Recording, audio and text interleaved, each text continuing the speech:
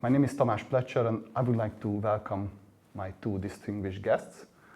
First, Mr. Andrea Stegher, who is the Vice President of IGU, the International Gas Union, and Mr. László Fritzsch, the CEO of MVM CEEnergy. Welcome. A pleasure to be here. Also, it's a great opportunity to be here. First, I would like to turn to Andrea. Can you please tell us a little bit about IGU's role in the constant globally changing energy landscape? So what is your organization? Well, thank you for the question. The IGU is a complex, let's say, environment, let me put it that way, because we are representing 140, 150 members from across about 80 countries in the world. And we are representing about 90% of the global gas market in terms of all the bits and pieces of the value chain. So we are a very, let's say, integrated organization. And we are organizing two major activities. One is technical knowledge sharing. Our committees span from upstream to utilization. And we are also organizing very important events, one of which is IGRC. Of course, these events are meant to demonstrate what the industry is doing and delivering to give the consumers the energy they need and innovate for making the climate better. Okay, thank you very much. László, can you tell us a little bit more, what does International Gas Research Conference mean for MVM CEEnergy, and what does it mean for Central and Eastern Europe? Well, I would start what IGU means for us. Basically, you know that in the last couple of years, talking about gas, it's not easy in the European Union. I think I would start what really IGU means for us. IGU means a place where you can openly talk about what's happening in the world. We can openly talk about the future of gas, the role of gas in decarbonization. So I think it's one of the most important voices of the industry, where we would like to participate as active as possible. Would it be a good opportunity to meet with your future partners, suppliers, either in case of pipe gas or in LNG? IGRC, basically, I think it's an ideal place to meet the partners. IGRC, it's about development, gas developments, and I think in order to establish a proper role for gas in the industry, we definitely need development. We definitely need new way of uses for gas, and I think IGRC is going to be a wonderful opportunity to talk about this, to exchange ideas and to meet partners. Okay. Andrea, how do you see the change of the role of natural gas, and what do you see our region? Because we saw a very gradual changes in the past, like they flow from east to the west. Do you expect this to happen in the future, or do you see some other direction? Let me start with the global perspective first. We have released recently the so-called Global Gas Report. By the way, all of the IGU reports are publicly available on our website, so it's free to use, and indeed it's something that we use for facts and figure discussion about gas. Because gas has been mainly somehow discussed in an ideological manner in many respects, especially in some regions of the world. Gas is indeed playing a very important role going forward, not just today, to, as we say, contributing to human progress, because it's really the energy that is increasingly needed by many people around the world. And gas, for sure, is one of the mostly available and economically affordable sources of energies. Of course, for that we need to continue investing, and we have to continue engaging with policymakers, with stakeholders, to understand how we can do better, but at the same time, I mean, we have no option not to have gas. We can comment that, let's say, later on with respect to the unintended consequences of 2022 in other places outside Europe. But for Europe, of course, we had a very intense couple of years. I think Europe has demonstrated the fact that having an integrated or a reasonably integrated gas market has served us well, served consumers well. We had a lot of infrastructures being repurposed for different flows somehow. For sure, we were also benefiting from something that we have not commented too much in Europe, which is the positive effects of the shale gas revolution in the US and liquefaction plants being developed there. Because of course, if we had not had that capacity, of course, we would have been telling today a very different story. In respect of the history of the flows from the east to the west, I normally say that we have been having a very long-standing and positive relationship with all the ups and downs of a long-standing relationship. As we all know, I'm married since almost 30 years, so these are having some ups and downs all the time. Notwithstanding that, I hope on one side things can improve very rapidly. At the same time, I am hardly convinced we can return to the past without any effects and consequences. So the one thing that the gas industry is working on is making resilience the critical word, the critical approach. And resilience means that we have optionality, we have diversification, we have different solutions and different gases as well. So it's where innovation is not just a technological demand, it's also a way to make business development, as Laszlo was saying before. I think this industry proved to be very flexible in the last few years. What are the major challenges you see globally? Is it the supply side? Is it convincing politicians that gas is a safe and low carbon source, or anything else? Well, I would say gas is flexible by definition. I mean, we in Europe are accustomed to flexibility and a demand pattern that is, let's say, arriving to 5-to-1 ratio between winter and summer. So gas is flexible for sure. The flexibility has also increased a lot, again, via LNG. We have been serving markets that are, let's say, newborn for gas, let me put it that way, like Vietnam, like Philippines. Indonesia is a very important market. Indonesia is almost 300 million people.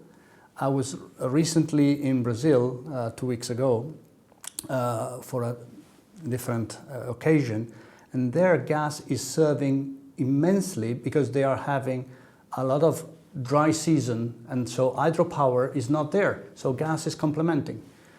At large, in the globe, we are seeing an energy demand increasing 2% every year over the last 20 years, and things are projected to be like that for the foreseeable future. So demand is growing for energy. This is calling for more gas, because the alternative in many other places of the world could be coal. Honestly speaking, if I go back 35 years, we have just 3 years where CO2 were not increasing. 1990, dissolution of the Soviet Union, 2008, Lehman crisis, 2020, COVID. So we have a huge challenge. The challenge for the gas industry is to, again, create the right landscape. I think here in Europe we have been a little bit dogmatic in some respect. Laszlo, I think, was alluding to that in a more polite manner. But I think, again, we are regaining a sort of pragmatism in the discussions. Things are to be improved. We have to do more in many respects, but I think the industry, again, back to your starting point, is very flexible in finding ways and means to both deliver and innovate. So that's where we come from, and we have to continue working on. Okay, thank you. Laszlo, we talked about challenges already. You as a captain on the board, what was the major challenge after the Russian gas crisis, and what is your current major challenge? Well, obviously the first major challenge was or were basically the security of supply issues. The current major challenge is that basically we see that the LNG boom is going to have an end, most probably in 1 or 2 years. The good thing is that basically Europe is not going to be blackmailed anymore about any kind of pipeline gas. On the other hand, it's also good that basically LNG is going to be part of the solution, but it's not the unique source. So basically the challenge is how to mix those two in the next couple of years. So I'm sure that the pipeline gas, neither from the east, neither from the west, is not going to disappear. On the other hand, Europe built quite a lot of infrastructure in LNG, and obviously we would like to avoid to have stranded assets, and basically to have a good mix and a viable mix. It's going to be the biggest challenge, I think, for the next years. Andrea, how do you see Europe? Because what I saw from the estimates that the world will have a lot of LNG and LNG glut from 2025. Will Europe be mainly supplied on LNG, or will it be some role of the pipe gas, what Laszlo mentioned? Let me be a little bit more, let's say, or less optimistic about a glut, whatever optimism can be with a glut, because of course we have boom and bust cycles there. The real issue here, back to my previous point about energy demand growing, is the fact that, again, with LNG we are having a much more interconnected world.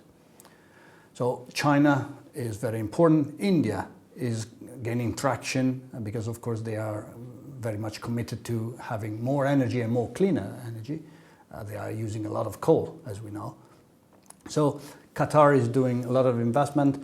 We have been, let's say, seeing some tensions about the authorization of new liquefaction plants in the US.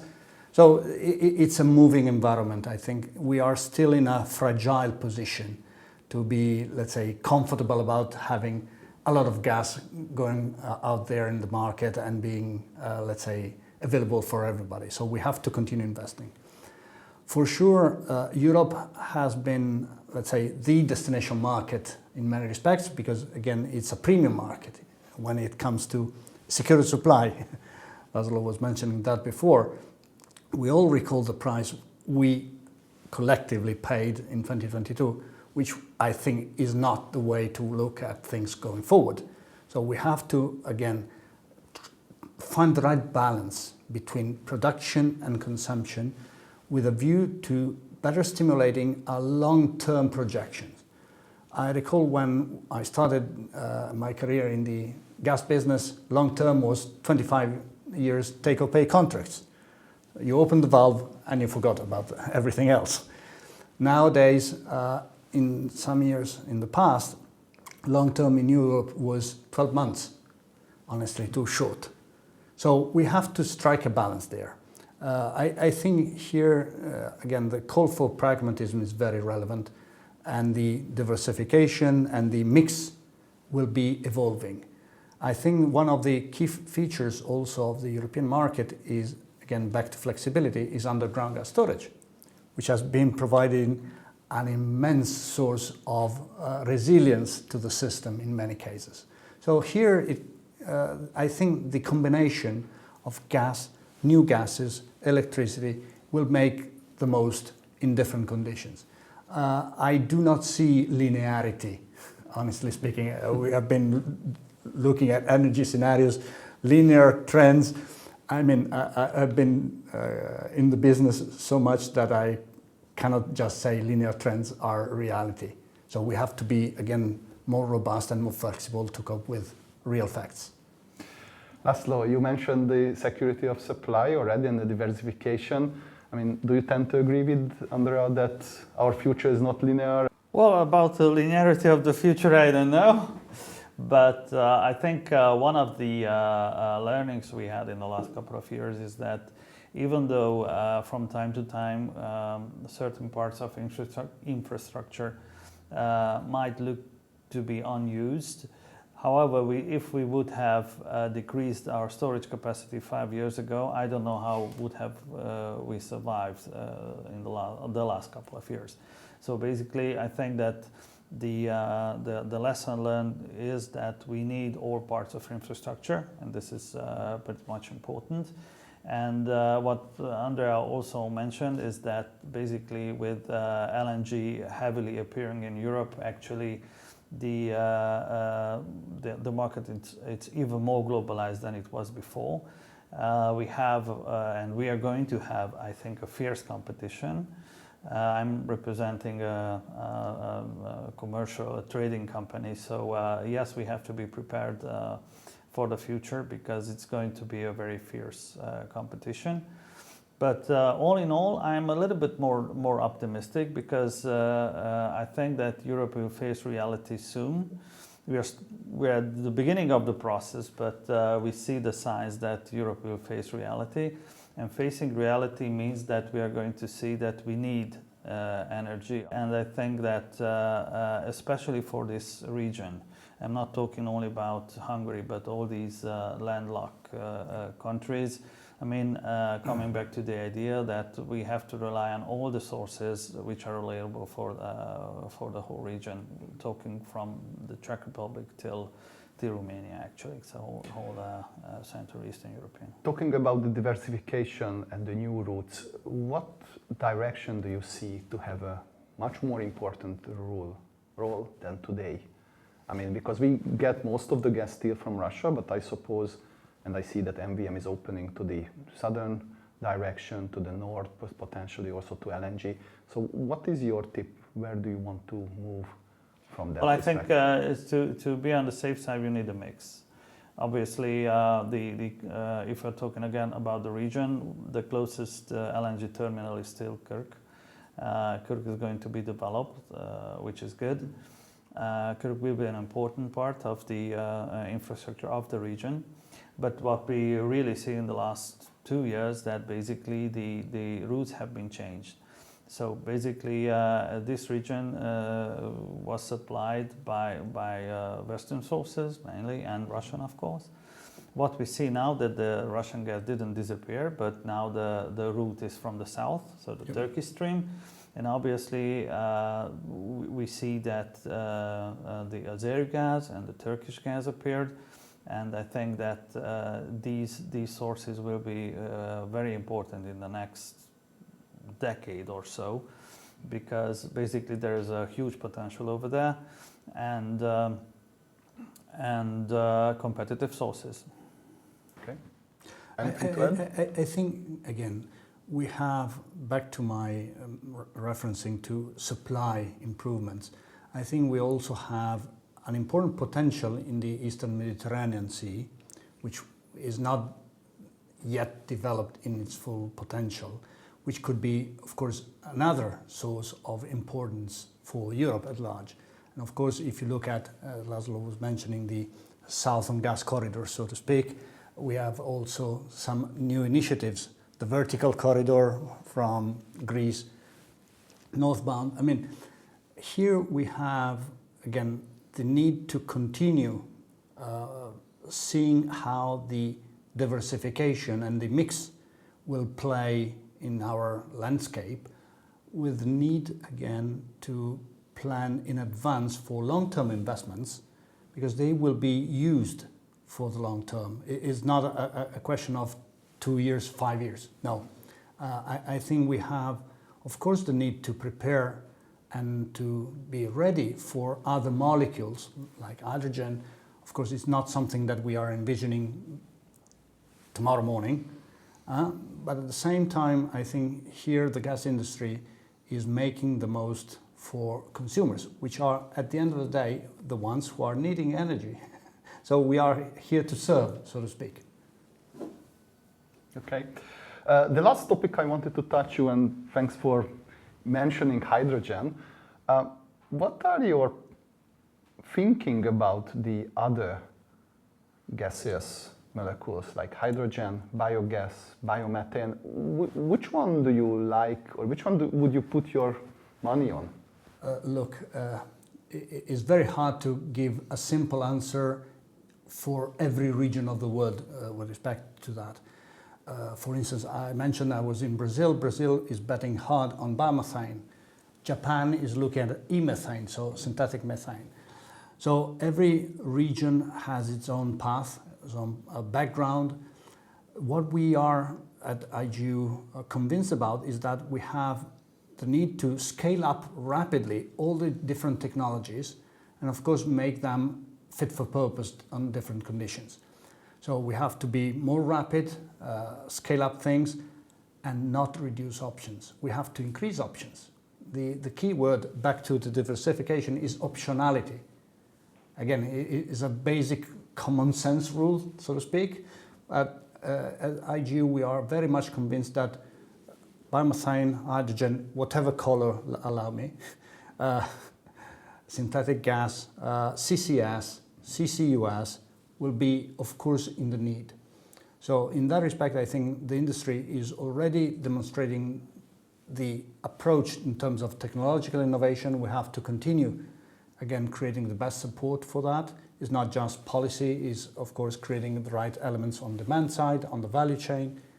Again, it's something that we have to continue developing, acknowledging that there is no one-fits-all solution. Okay. So that's very, very important to understand and to recall. So we should remain open for any new solutions and have a portfolio of solutions. Again, if I look at Middle East, biomethane will not be the option there, sure. Honestly speaking. But again, back to Middle East, Qatar is developing new LNG plants, but they are also developing CCS capacity for that. So it's a mixture of optionalities and technology. I think Norway is very keen to have both hydrogen and CCS. I think here we are, again, in the need to enlarge the cooperation.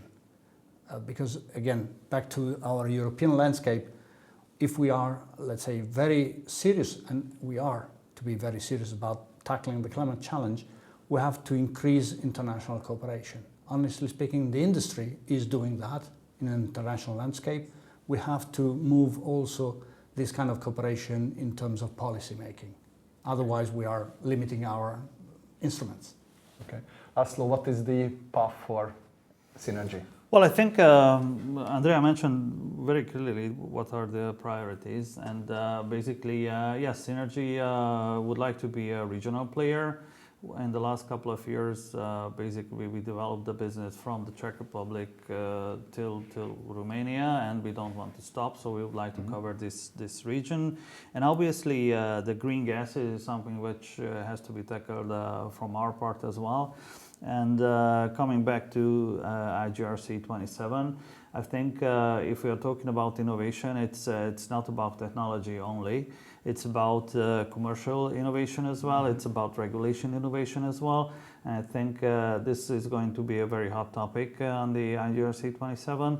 And actually, we definitely need it because we are talking about a lot about hydrogen. We are talking about green gases. But the commercial part is lacking behind. The regulation is totally lacking behind. So there's a lot of things to do, and obviously in this region at least, CEEnergy would like to have its role, its part, and not a small one. Mm-hmm. So you may potentially help, to have a new regulation in Europe then. Again, as IGU, we are not entering into nitty-gritty regulation because, of course, it would be not our domain.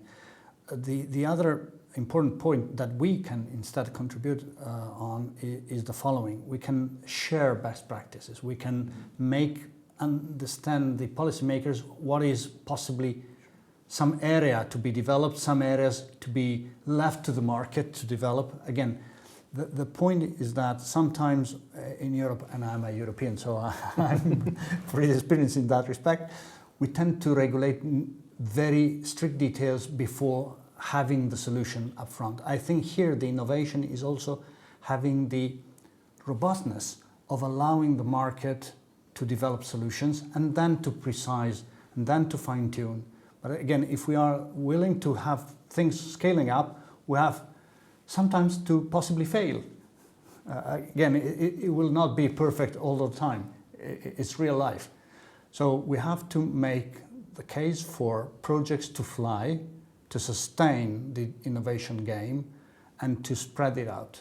So that's where the IGU can be playing also an important role in making different cases around the world evident also in this region. And I think IGRC will be the place to be for that very occasion. Great, thank you very much for this very interesting discussion.